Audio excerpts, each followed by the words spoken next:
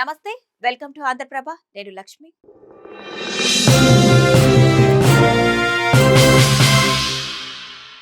Betting app promotions మీద ఒక వైపు విచారణ జరుగుతున్నా యువకుల ఆత్మహత్యలు మాత్రం ఆగడం లేదు. హైదరాబాద్ ఉప్పల్ శాంతినగర్ లో బెట్టింగ్ యాప్స్ వల్ల 24 ఏళ్ల సాయి ఆత్మహత్య చేసుకుని ప్రాణాలు వదిలాడు. యాదాద్రి భువనగిరి జిల్లాకు చెందిన పాలమడుగు సాయి హైదరాబాద్ లో క్యాబ్ డ్రైవర్ ఉద్యోగం చేస్తూ జీవించేవాడు. 2 ఏళ్లుగా ఆన్లైన్ బెట్టింగ్లకు అలవాటు పడ్డ సాయి 15 లక్షల వరకు అప్పులు చేశాడని పోలీసుల విచారణలో తేలింది. అప్పులు, బ్యాంకుల ఒత్తిడి తట్టుకోలేక పురుగుల మందు తాగి సాయి ట్రీట్మెంట్ తీసుకుంటూ చనిపోయాడు. ఇక ఇదే అంశానికి సంబంధించి మా ప్రతినిధి విశాల్ మరిన్ని వివరాలు అందిస్తారు.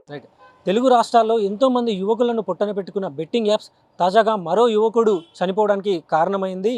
హైదరాబాద్ ఉప్పల్ శాంతినగర్లో ఉంటున్న సాయి అనే వ్యక్తి బెట్టింగ్ యాప్స్ వల్ల ఎన్నో డబ్బులు కోల్పోయి ఆ ఒత్తిడిని భరించలేక పురుగుల మందు తాగి చనిపోయిన ఘటన వెలుగులోకి వచ్చింది.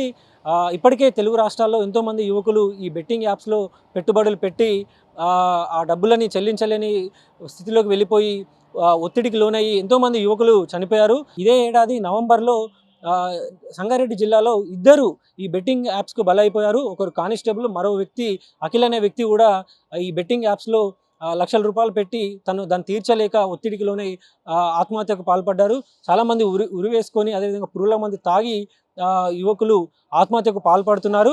ముఖ్యంగా ఈ బెట్టింగ్ యాప్స్ ద్వారా అంటే ఈజీగా మనీ సంపాదించాలి, తొందరగా లైఫ్లో సెటిల్ అవ్వాలని ఒక ఉద్దేశంతో యువకులు కొద్ది మొత్తంలో దీంట్లో ఇన్వెస్ట్మెంట్ చేయడం స్టార్ట్ చేస్తున్నారు. ఆ తర్వాత కొద్దిగా డబ్బులు వచ్చేసరికి ఇంకా ఎక్కువ ఆశతోటి ఎక్కువ డబ్బులను ఈ బెట్టింగ్ యాప్స్లో పెడుతున్నారు. దీంతో ఒకేసారి డబ్బులు పోయిన తర్వాత దాన్ని తీర్చలేక ఒత్తిడికి లోనైపోతున్న పరిస్థితులన్నీ ఇప్పటివరకు కూడా జరిగిన ఆత్మహత్యల వెనుకలున్న ఈ కారణాలన్నీ కూడా ఇవే అని పోలీసులు కూడా తేల్చారు. ఇక మరొక వైపు బెట్టింగ్ యాప్స్ ద్వారా కొంతమంది ప్రచారం చేస్తున్నారో, ఎవరైతే ప్రమోషన్ చేస్తున్నారో వారందరి మీద కూడా ఇప్పటికే తెలంగాణ పోలీసులు కేసులు నమోదు చేశారు. వారిని విచారణ కూడా పిలుస్తున్నారు. ఇప్పటికే ఈడీ కూడా ఈ బెట్టింగ్ యాప్స్ మీద దృష్టి సారించి వాళ్ళని కూడా విచారణకు పిలుస్తుంది.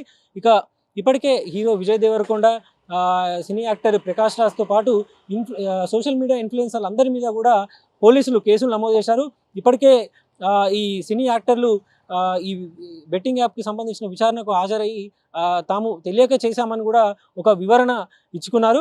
అయితే ఎంత వివరించుకున్నప్పటికీ కూడా బెట్టింగ్ యాప్స్ వల్ల చనిపోతున్న వారి సంఖ్య మాత్రం తగ్గడం లేదు. తాజాగా హైదరాబాద్ ఉప్పల్లో జరిగిన ఘటనే మనకి ఒక ఉదాహరణగా నిలిచింది. సాయి అనే వ్యక్తి, 24 ఏళ్ళు ఉన్న సాయి అనే వ్యక్తి యాదాద్రి భువనగిరికి చెందిన వ్యక్తి. తను ఒక క్యాబ్ డ్రైవర్గా పనిచేస్తూ శాంతినగర్లో ఉంటున్నాడు.